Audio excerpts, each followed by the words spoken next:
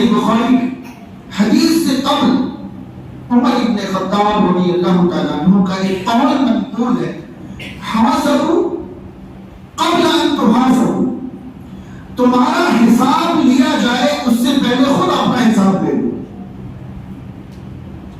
کم سے کم ہر دن رات کو بستر میں جا کر 2-4-5 منٹ آپ آخرت کے اعتبار سے اپنے گزرے ہوئے دن کا کیا کر لیں،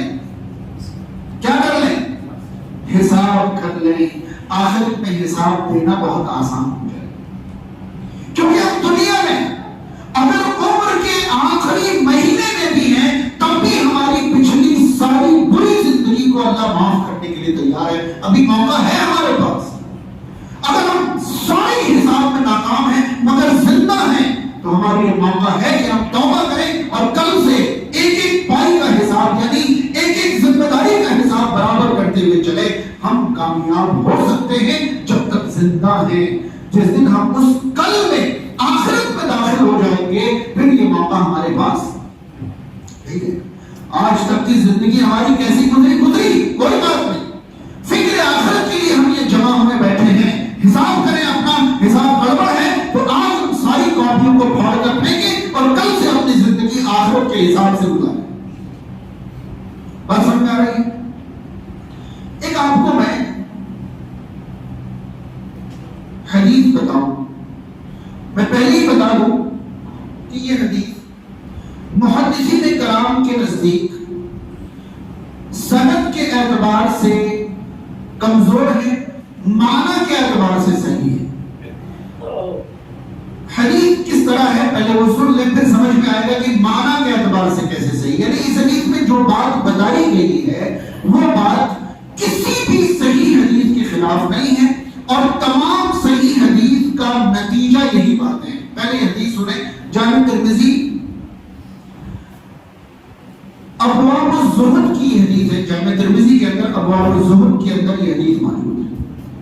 اللہ کے نبی صلی اللہ تعالی علیہ وسلم نے ارشاد فرمایا، الکیس من دانا نفسه وعمل لما بعد الموت.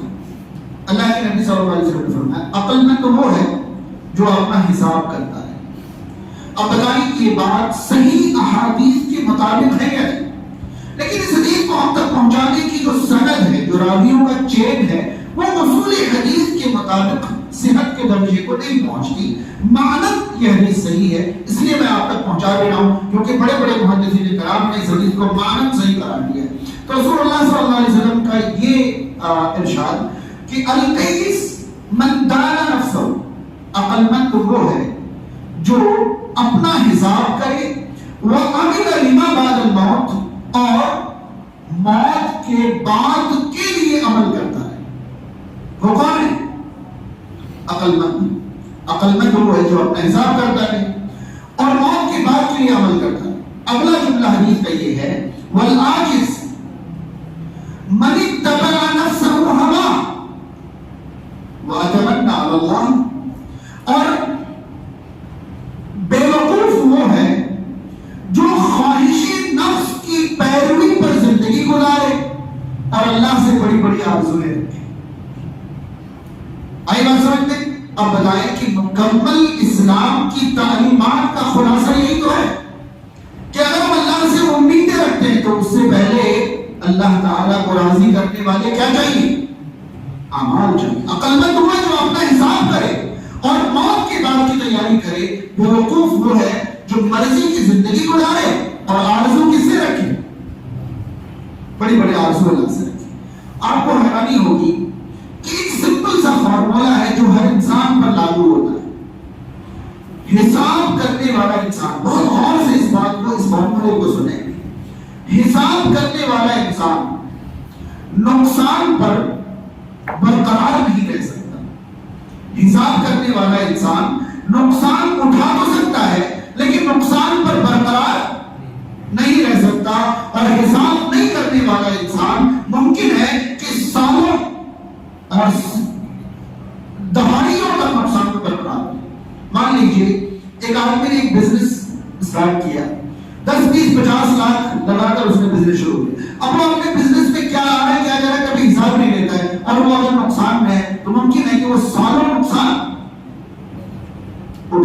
اور اسے پتہ بھی کیوں؟ کیونکہ وہ حساب نہیں کر رہا ہے. اور ایک آدمی نے 10-20 لاکھ روپے لگا کر بزنس شروع کی, 1 مہینے بعد اس نے حساب کیا تو نقصان ہے. تو اگر 1 مہینے بعد حساب کر کے اسے محسوس ہو کہ میں نقصان میں ہوں, تو پچھلے مہینے کے طریقے پر برقرار رہے گا یا کچھ سوچے گا, یا ایسے ہی برقرار رہے گا؟ سوچے گا. سوچنے کے بعد کچھ تبدیلی کی اس نے, کچھ بھی اپنی کوشش لگائی, اگلے مہینے پھر حساب کرے گا, پھر نقصان میں, پھر وہ خاموش نہیں کرے. اگر 2-3 بار حساب کے بعد وہ نقصان میں رہا تو ممکن ہے کہ وہ کاروباری تبدیل بند کر دے, اس لیے کہ بار بار نقصان اٹھا رہا ہے. لیکن اس نقصان کا پتہ اسے کون سی چیز دے رہے؟ حساب. ہمارے دن, ہفتے, مہینے, سال اور دہائیاں گزر جا رہی ہیں, لیکن ہم اپنی زندگی کا حساب کبھی نہیں کر رہے. اس لیے ہم نقصان میں تھے, نقصان میں ہیں اور نقصان میں ہی بنے رہیں گے اگر اپنا حساب نہیں کریں. آئی بات سمجھ میں؟ میں ایک مثال بتاؤں, افسوس کی بات ہے لیکن بتانا بھی ضروری ہے. جب اتنے چھوٹے چھوٹے بچے ہوتے ہیں نا, جب ہم اتنے چھوٹے چھوٹے بچے ہوتے ہیں تو مولانا کے پاس ہمارے ماں باپ بھیجتے, جاؤ نماز پڑھو, دین سیکھ کر آؤ. وہ اسکول کالج میں کہیں بھی پڑھ رہے ہیں لیکن دین سیکھنے کے لیے بھیجتے. ہمارے علماء جو ہیں وہ کیا کرتے ہیں, دیکھتے ہیں کہ چھوٹا سا بچہ ہے, ورک لوڈ بہت زیادہ ہے, اسکول بھی جاتا ہے اور بھی جاتا ہے اور پھر یہاں بھی آتا ہے, تو مولانا ان کو دین کی سب سے آسان چیزیں سکھا دیتے ہیں, کم سے کم بیسک چیزیں تو اس کو آ جائیں. جیسے میں مثال بتاؤں, ایک ساتھ کتنی رکعتیں زیادہ سے زیادہ پڑھی جا سکتی ہیں؟ ایک ساتھ کتنی رکعتیں زیادہ سے زیادہ پڑھی جا سکتی ہیں ایک نماز میں؟ بھائی ظہر کی ہے ماشاءاللہ, تو دوبارہ اوپر ہاتھ کر کے دکھائیں سب کو, دیکھیں ماشاءاللہ 4 رکعت سے زیادہ ایک سلام سے کوئی نماز نہیں ہے. وتر کے علاوہ جو کہ بالکل نہ کے برابر ہے. خیر, عشاء کی نماز ہے, ظہر کی نماز ہے, عصر کی نماز ہے, فرض زیادہ سے زیادہ 4. مولانا نے کیا کیا, 4 قل سکھا دی. حالانکہ ان صورتوں کے نام قل نہیں ہے, مشہور ہے, میں نے وہی کہہ دیا, ٹھیک ہے. 4 قل سکھا دیے کہ بھائی سب سے آسان صورتیں, چلو 4 رکعت بھی اگر پڑھنی ہو تو قل یا ایھا الکافرون سے شروع کرنا اور قل اعوذ برب الناس میں 4 رکعتیں. یہ میں محظوظ کروانے کے لیے, مزے لینے کے لیے میں یہ بات نہیں کر رہا ہوں. ہمارے عالم دین نے دیکھا کہ بچہ ہے, اتنا سا ذہن ہے, لوڈ بہت زیادہ ہے, انہوں نے قرآن کی سب سے آسان 4 صورتیں سکھا دی. اب یہ بچہ ابھی تو 8, 9, 10 سال کا تھا, 15, 20 سال کا ہوا, 30, 40 سال کا ہوا, 50, 60 سال کا ہوا, 70, 80 سال کا ہوا. معاشرے میں بے شمار ایسے لوگ ہیں جو 4 قل پر ہی پوری زندگی گزارتے ہیں. بچپن میں انہوں نے آسانی کے لیے 4 قل سکھائے تھے کہ شروعات تو کر 4 رکعت کی, بعد میں صورتیں پڑھاتے جانا, لمبی لمبی صورتیں یاد کرتے جانا, لیکن 4 قل 4 رکعت کے لیے کافی ہے. بڈھوں کو بھی 4 قل سے زیادہ کچھ نہیں آتا ہے, کیونکہ کبھی انہوں نے اپنا حساب لیا ہی نہیں کہ میرے پاس 4 قل ہی رہیں گی یا قرآن کی اور آیتیں بھی آئیں گی. نہیں معلوم. اس سے آگے بڑھیں, رکوع اور سجود کی بہت ساری تسبیحات میں سے سب سے آسان تسبیحات سکھا دی گئی کہ بچہ ہے, سبحان رب العظیم سبحان رب الاعلیٰ سے شروع کر لے, کہ بیٹا رکوع میں سبحان رب العظیم پڑھ لینا اور سجدے میں سبحان رب الاعلیٰ پڑھ. 10 سال کے تھے, 80 سال کے ہو گئے, آج تک سبحان رب العظیم سبحان رب الاعلیٰ پر ہی گزر بسر. نہیں معلوم کہ سبحان قدوس رب الملائکۃ والروح بھی رکوع اور سجدے میں رسول اللہ پڑھا کرتے تھے. نہیں معلوم سبحانک اللہم و بحمدک اللہم اغفر لی بھی رسول اللہ پڑھا کرتے تھے. اور جب اذا جاء نصر اللہ نازل ہوئی تو اس کے علاوہ آپ نے کچھ پڑھا ہی نہیں, آخری دن تک نہیں ہوا اضافہ. کیوں؟ حساب ملے ہی نہیں, مل تو گیا سبحان رب العظیم کافی ہے, چلنا ہے پوری زندگی اسی پر چل جائے. لیکن دوسری طرف دنیا میں کبریل کے مقام سے شروعات کری تھی, بنگلے تک پہنچ گئے, کس چیز نے پہنچایا یہاں تک؟ روز حساب و کتاب میں, کب تک کبریل میں رہیں گے, یہ کب بدلے گا, یہ کب, روز دنیا کی حساب و کتاب چل رہا ہے. اخروی حساب و کتاب کا کوئی معاملہ ہماری زندگی میں نہیں۔ یہاں تک کہ میں نے محسوس کیا کہ اتحیات اور درود کے بعد کچھ علماء نے آسانی کے لیے ربنا آتنا پڑھنا سکھا دیا ہے، تو مرتے دم تک یہی پڑھتے ہوئے نکل گئے، نہیں معلوم کہ اس مقام پر اور بھی چیزیں پڑھنے کی تعلیمات موجود ہیں۔ تو حساب ہے تو انسان نقصان میں برقرار نہیں رہ سکتا، بڑھے گا، ضرور بڑھے گا۔ جو انسان اپنی زندگی کا حساب کتاب کرتا رہتا ہے، چاہے دنیا کے اعتبار سے کرے تو اس کی دنیا بڑھتی ہے، آخرت کے اعتبار سے کرے تو اس کی آخرت بڑھتی ہے۔ ہم نے دیکھا بہت سارے لوگوں کو کہ اتنی سی شروعات کری تھی، آخرت کی فکر تھی، مدرسہ نہیں دیکھا کبھی، علماء کے پاس نہیں گئے کبھی، لیکن پھر بھی اپنی فکر سے انہوں نے پتہ نہیں کیا سے کیا سیکھ لیا، بہت کچھ انہوں نے اضافہ کر لیا فکر کی بات کی۔ تو آخرت کا پہلا مرحلہ، حشر کا پہلا مرحلہ حساب کا ہے، اور حساب ذمہ داری اور نعمتوں کے ساتھ مشروط ہے۔ ہمارے اوپر جو ذمہ داریاں ہیں ان کا ہمیں حساب دینا ہے، اور جو نعمتیں ہمیں ملی ان کا بھی۔ اب آئیے آخری مرحلے کی طرف بڑھتے ہیں۔ حشر کا دوسرا اور آخری مرحلہ ہے فیصلوں کا۔ جس کا میں نے جتنی بات ابھی تک پہنچائی ہے ان میں سب سے سخت اور سب سے زیادہ ڈرنے والی بات یہ جو میں اب پہنچانا چاہ رہا ہوں، میدان حشر میں حساب کے بعد اگلا مرحلہ جو ہوگا وہ فیصلے کا ہوگا۔ آپ حساب و کتاب میں کھڑے نکل گئے، بالکل پاک صاحب، نہ کوئی نماز میں کمی آئی، نہ روزے میں، نہ حج میں، نہ زکات میں، نہ نعمتوں میں، کہیں کوئی کمی نہیں آئی۔ اب آپ کو کلین چٹ دے دی گئی کہ اب آپ جنت کی طرف چلے جائیں۔ جیسے آپ نے قدم بڑھایا تھا، فیصلے کی بات، کس کی؟ میں نے کہا حساب کے لیے ذمہ داری شرط، فیصلے کے لیے مقدمہ شرط۔ بغیر مقدمے کے کوئی فیصلہ، فیصلے کے لیے کیا شرط ہے؟ مقدمہ شرط ہے، کیس آنا شرط ہے۔ ہم حساب و کتاب میں کلین چٹ پا کر آگے بڑھ رہے ہیں، ہمارے خلاف فارم ایک کیا دائر کر دیا گیا؟ ہاں کیا دائر کر دیا گیا؟ مقدمہ دائر کر دیا گیا۔ کن کے سامنے مقدمہ دائر ہو گیا؟ اور کیا مقدمہ دائر ہوگا؟ اچھی طرح سن لیں، حقوق العباد کا مقدمہ دائر ہوگا۔ اتنا آسان نہیں ہے کہ حساب و کتاب میں کامیاب ہو گئے اور نکل لیں۔ اسی لیے بے شمار لوگ آج نماز اور روزوں کے پابند تو ہیں، مگر بندوں کے حقوق میں حد درجہ کیے ہوئے، کیونکہ ان کے ذہن و دماغ میں حساب کا تصور تو ہے کہ نماز فرض میں نہیں قائم کروں گا تو پکڑا جاؤں گا، لیکن یہ بندوں کے حقوق جو بندے معاف نہ کرے تو اللہ معاف نہیں کرے گا، یہ کہاں جائے گا؟ تو حساب کے بعد کٹھن مرحلہ جو ہے وہ فیصلوں کا۔ اور پھر سے صحیح مسلم کی حدیث میں آپ کو بتاؤں، قیامت کے دن سب سے پہلے جس چیز کا فیصلہ ہوگا وہ خون کا ہوگا۔ اول ما یقضى به یوم القیامة الدماء، جیسے میں نے بتایا کہ ابو داؤد کی حدیث ہے، قیامت کے دن سب سے پہلے جس چیز کا حساب ہوگا وہ کیا ہوگا؟ نماز، کیونکہ حساب تو ڈیوٹیز کی ہوتی ہے نا، لیکن سب سے پہلے جس چیز کا فیصلہ ہوگا وہ مرڈر کا ہوگا۔ کہ کسی نے کسی کا ناحق مرڈر کیا ہو تو پہلے فیصلہ جو ہے خون کا ہوگا، پھر ظاہر سی بات ہے خون کے بعد آگے بڑھے۔ کسی نے کسی کا خون کیا ہوگا تو پہلے مقدمات خون کے لیے جائیں، ہو سکتا ہے اس کے بعد زخم کے لیے جائیں، خون کے بعد کسی نے کس کا ہاتھ توڑ دیا، پیر توڑ دیا، سر پھوڑ دیا، جسم کا کوئی حصہ اس نے اس کا معذور کر دیا، ان کے اس کے بعد ہو سکتا ہے مال کے لیے جائیں۔ کس کے لیے جائیں؟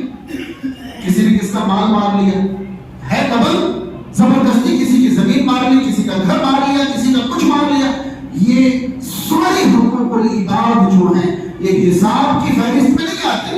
یہ کس کی فہرست میں آتے؟ فیصلوں کی۔ اور فیصلے کے لیے مقدمہ یاد رہے، میں نے کسی کا کچھ مار لیا اور وہ اللہ کے یہاں میرے خلاف مقدمہ نہ کرے تو جان بچ سکتی، کیونکہ اللہ تعالیٰ خود کسی کی طرف سے مقدمہ آئے بنا بندے نے معاف کر دیا تو اللہ نے بندے کا حق، اگر بندے نے معاف کر دیا تو اللہ نے معاف کر دیا، لیکن اگر بندے نے معاف نہیں کیا، مقدمہ دائر ہو گیا تو پھر اللہ تعالیٰ۔ اس بارے میں دو حدیث آپ ذہن میں رکھیں۔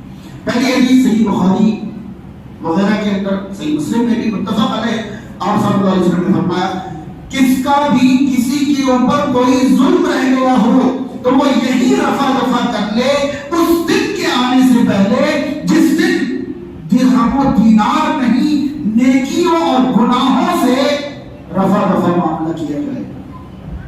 نہیں یہ بات سمجھ؟ آپ صلی اللہ علیہ وسلم نے فرمایا جس کے اوپر کوئی ظلم باقی رہ گیا ہو وہ یہی رفع دفع کروا لے اس دن کے آنے سے پہلے جس دن درہم و دینار کے بدلے معاملے رفع دفع نہیں ہوں گے، نیکیوں اور گناہوں کے بدلے ہوں گے. کیسے؟ کسی کے اوپر تمہارا حق بنا، نیکیاں دے دی جائیں گی، اور نیکیاں نہیں ہوں گی تو ان کے گناہ لینے پڑیں گے. ممکن ہے کہ آپ نے زندگی میں کبھی شراب نہیں پی ہو لیکن آپ کو شراب پینے کے بدلے جہنم میں جلنا پڑے. کیسے؟ کسی شرابی کا آپ نے حق مان رکھا ہو تو ممکن ہے اس کے شراب کا گناہ آپ کے کندھے پر آ جائے اور آپ شراب پینے کے جرم میں سزا کاٹ رہے ہوں جبکہ زندگی میں آپ نے کبھی شراب نہیں پی ہو. سوچا ہے کبھی؟ کیا مطلب ہے فکر آخرت کا کہ فکر آخرت ہاں مرنا ہے، جینا ہے، اللہ کے سامنے حاضر ہونا ہے، پیش ہونا ہے، حساب و کتاب کا، یہی فکر آخرت ہے.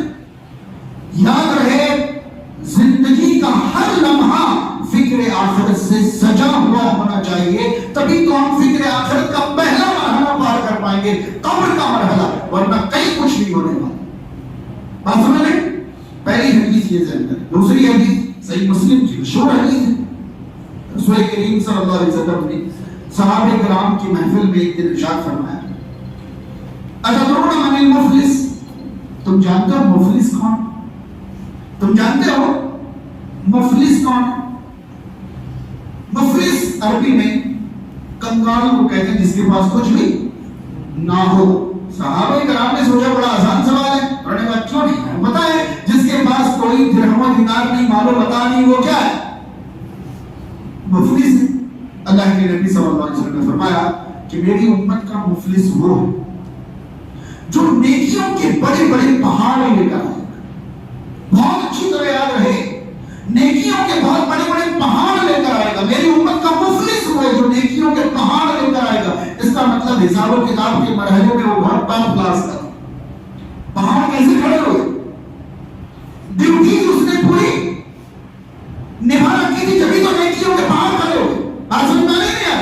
رسول اللہ صلی اللہ علیہ وسلم نے فرمایا کہ میری امت کا مفلس وہ ہے جو نیکیوں کا پہاڑ لے کر آئے گا. یعنی ڈیوٹیز میں حساب و کتاب والے معاملے میں بہت ٹاپ کلاس تھا، لیکن وہ اس حال میں آئے گا کہ اس نے کسی کا خون بہایا ہوگا، کسی کو مارا ہوگا، کسی پر ظلم کیا ہوگا، کسی کو گالی کی ہوگی، کسی کا ناحق مال دبا لیا ہوگا. اس حال میں وہ آئے گا. پھر کیا ہوگا؟ پھر اس کے حسنات، اس کی نیکیاں اس کو دی جائیں گی، اس کو دی جائیں گی، اس کو دی جائیں گی، اس کو دی جائیں گی، اس کو دی جائیں گی، یہاں تک کہ ایک مرحلہ آئے گا کہ اس کے پہاڑ نیکیوں کے ختم ہو جائیں گے لیکن کیسز ختم نہیں ہوں گے، مقدمات ختم نہیں ہوں گے مگر نیکیوں کے پہاڑ ختم ہو گئے. تب کیا ہوگا؟ پھر مقدمات کرنے والوں کے گناہ لیے جائیں گے، اس کے اوپر ڈالے جائیں گے اور اسے گھسیٹ کر جہنم میں ڈالیں گے. کیا لگتا ہے آپ کو نیکیوں کے پہاڑ جمع کر لینا کافی ہے آخرت میں کامیابی کے لیے؟ ہمیں یہ دیکھنا ہوگا کسی کا ایک پیسہ ہماری طرف رہ تو نہیں ہے، کسی کا ناحق ہم نے کچھ دبا تو نہیں دیا. یاد رہے آج اگر آپ نے کسی کے کروڑوں بھی دبا لیے ہیں تو آج ان کے کروڑ یہ کہہ کر دے دیں کہ بھائی مجھے احساس ہو گیا، معاف بھی کرو اور یہ اپنی چیز قبول بھی کرو، ورنہ کل کیا کیا دینا پڑے گا یا اس کا کیا کیا لینا پڑے گا سوچ نہیں سکتے، تصور نہیں کر سکتے. آج کروڑوں سے ہاتھ دھو بیٹھے، یہ بہت سستا ہے اس دن نیکیاں لینے کے مقابلے میں اور اس کا گناہ لینے کے مقابلے. آئی بات سمجھ میں؟ تو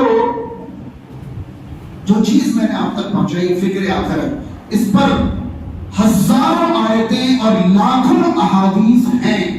میں نے خلاصے میں بہت آسان کر کے سمیٹ کر ترتیب سے 3 چیزیں آپ تک پہنچائی. پہلی چیز قبر کے تینوں سوالات، دوسری چیز حساب کا مرحلہ، اور تیسری چیز فیصلوں کا مرحلہ. ہمیں یہ دیکھنا ہے کہ قبر کے سوالات کا جواب ہم عملی طور پر تیار کر رہے ہیں یا علمی طور پر نہیں. کس طور پر؟ عملی طور پر. عملی طور پر قبر کے سوالوں کا جواب اللہ کا تصور کبھی ذہن سے دور نہ ہو، اسلام کے علاوہ کچھ ہمارا دین نہ ہو، اور دین کے نام پر رسول اللہ کے طریقے کے علاوہ کوئی چیز ہم نہ اپنائیں.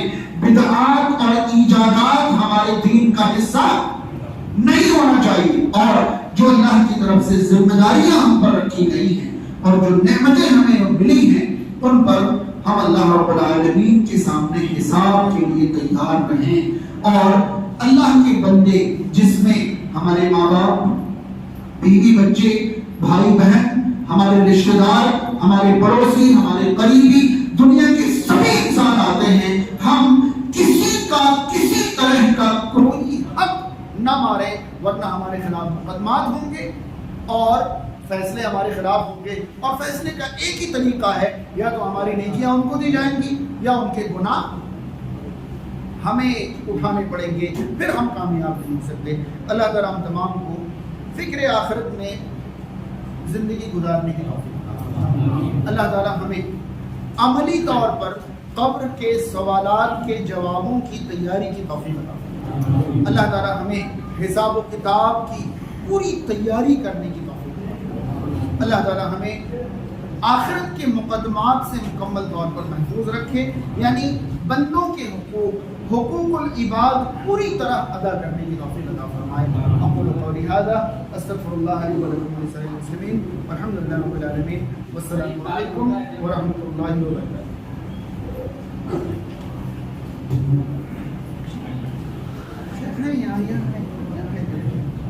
آپ